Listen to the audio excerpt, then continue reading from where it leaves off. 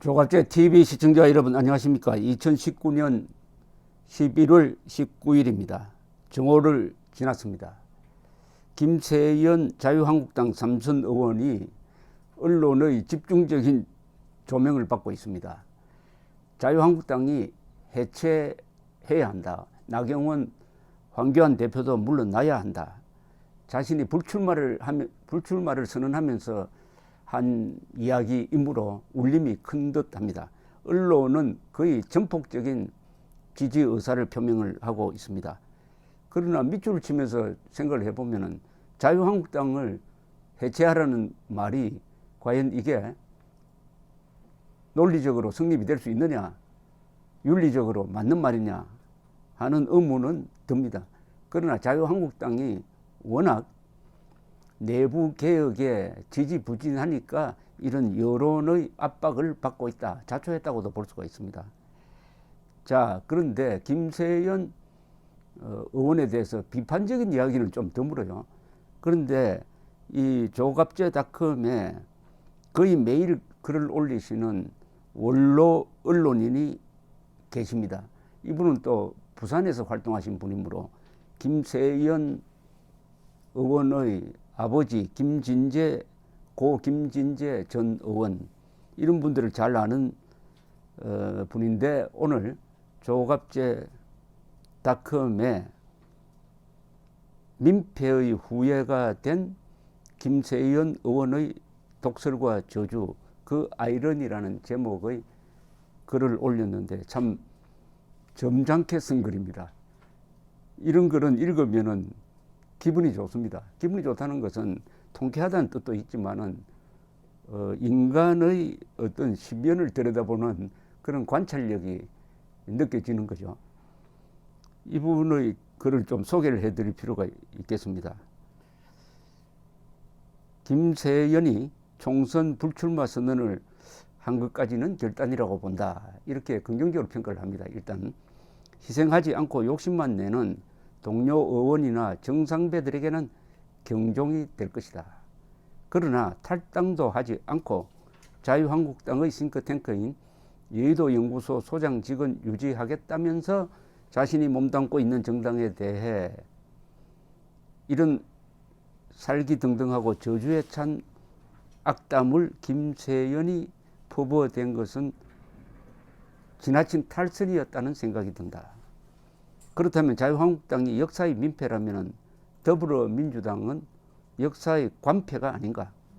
민폐는 민간인이 끼치는 폐해고 관폐는 관이 끼치는 폐해죠. 역사의 관폐에 대해서는 침묵하면서 민폐만 들먹거리는 것은 지나친 자격지심이 아닌가? 자기 얼굴에 침 뱉은 격이나 다름없어 보인다. 그러니까 균형을 맞춰서야 했다는 이야기입니다. 균형을 맞추면 김세연 의원이 박근혜 전 대통령, 당시 대통령 탄핵에 찬성한 사람이고, 그렇다면 문재인 정권을 등장시킨 책임자인데 그 부분에 대한 사과가 왜 없느냐, 이런 이야기죠. 김세연은 부산 지역의 토호 고 김도건 회장의 장손이고 한나라당 소속 5선 의원인 고 김진재의 장남이다. 김세연은 전 국무총리이자 4선 국회의원이었던 한성수의 사위다. 한성수와 김진재는 민정당, 민자당, 한나라당 등 자유한국당의 족보를 같이 하고 있다. 자유한국당이 김세연이 지적한 바와 같이 존재 자체가 역사의 민폐라면 김세연의 아버지 김진재와 장인 한성수는 민폐의 조상이요 좀비가 된다. 김세연의 어머니 승모 여사는 한나라당 이회창 대통령 후보를 당선시키려고 이회창 부인 한인옥 여사와 함께 동분서주한 사실도 알려진 바다. 이러한 가계를 살펴볼 때 김세연은 부모와 장인을 역사의 민폐와 좀비로 비하한 불효를 저지른 것이다. 참 할 말이 없는 지적을 하고 있습니다. 이 글을 쓸 때, 공직자가 글을 쓸 때 얼마나 좌우 상하를 둘러봐야 되느냐를 깨우치게 하는 지적입니다. 김진재 5선, 한성수 4선, 김세연 3선을 합치면 모두 12선이 되고 무려 48년을 자유한국당의 뿌리에 빨대를 꼽아놓고 권력의 단물을 빨아먹은 셈이 된다. 김세연 주장대로라면 그렇다는 겁니다. 김세연은 국회의원 출마 당시 김진재 아들 김세연이라는 구호를 선거용 조끼에 새겨 입고 다니기도 했다. 아마 본 모양이죠. 김세연은 유승민이 난도질 당했을 때 비겁했었고 후회한다고도 했다. 유승민은 김무성과 함께 박근혜 대통령을 탄핵으로 몰고 간 선봉장이었다. 박근혜 대통령 탄핵에 앞장선 새누리당 소속 국회의원 62명 중에는 김세연도 포함되어 있다. 박근혜 탄핵에 대해 반추할 생각은 없지만 유승민이 난도질 당할 때 앞장서서 대응하지 못한 것이 비겁했다고 김세연이 후회한다니까 한번 짚고 넘어가 보자. 유승민은 왜 난도질 당했는가? 집권 여당의 원내대표답게 집권 박근혜 정부를 위해 제대로 행동했는데도 난도질 당했단 말인가? 그 대답은 당시의 언론 보도와 유승민 자신이 잘 알 것이다. 김세연은 그때 유승민계로 분류되었다. 새누리당 내 친이 친박의 당내 싸움은 친이계가 친이명박계라는 뜻입니다. 먼저 권력을 잡고 친박근혜계를 홀대하면서 비롯된 것 아닌가. 다음에 정권을 잡은 친박계가 받아친 것이나 다름없다. 원죄는 친이계에 있다. 그때 김무성도 공천에 탈락되어 친박연대로 출마해서 친이계의 정모 후보를 물리치고 당선에 성공했다. 지금 와서 지나간 일을 되새김해 본들 무슨 소용이 있겠는가마는 쓰레기장 같은 한국 정치판의 이전 투구가 그런 것 아닌가. 박근혜 탄핵에 앞장선 62명의 새누리당 소속 의원들은 양심의 가책도 느끼지 못하는가.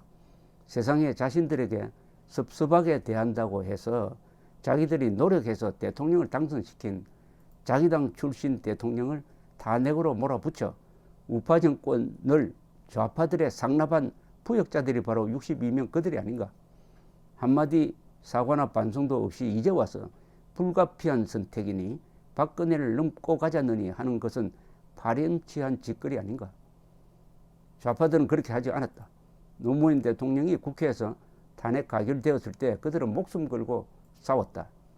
탄핵 통보가 헌법재판소로 탄핵 소추안 통보가 헌법재판소로 이송되었을 때도 그들은 결사항전으로 헌재 판결을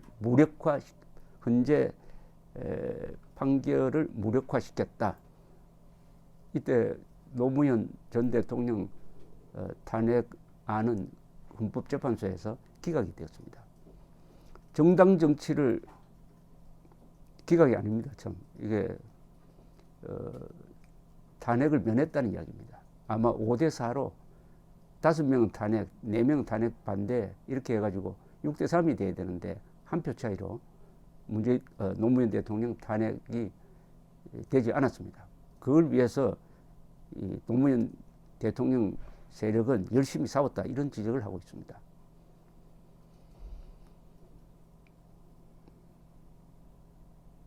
정당 정치를 하는 나라에서 자기 당 출신 대통령을 자기 당 소속 의원들이 반역하여 정권을 반대당에 넘겨준 사실이 한국 말고 또 있는가? 이것도 참 엄중한 지적입니다. 정당 정치, 지금 미국에서 공화당이 그렇게 문제가 많은 트럼프를 이렇게 적극 비호하고 있는 거를 지적하면은 자유한국당이 당신은 새누리당입니다.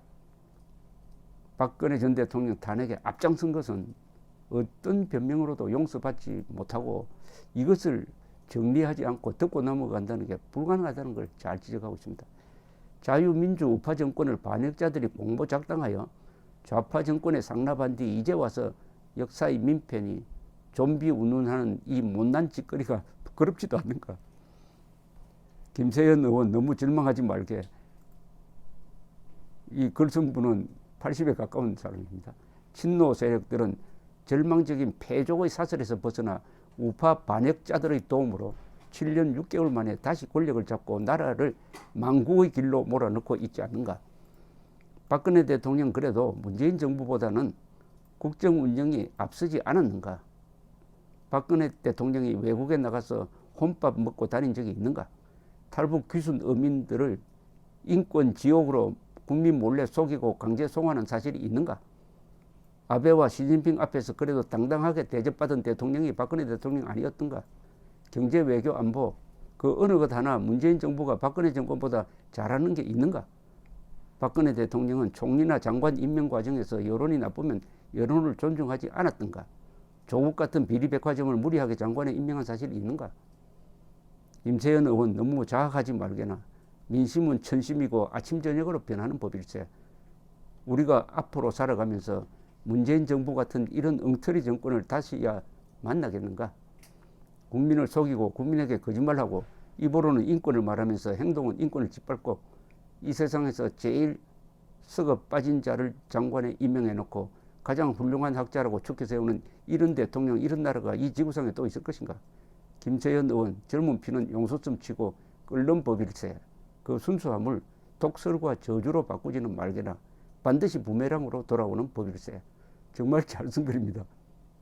이 글을 윤평중 씨가 지난 15일자 조선일보에 쓴 칼럼과 한번 비교해서 읽어보시면 잘 쓴 글과 못 쓴 글의 차이점을 알게 될 것입니다.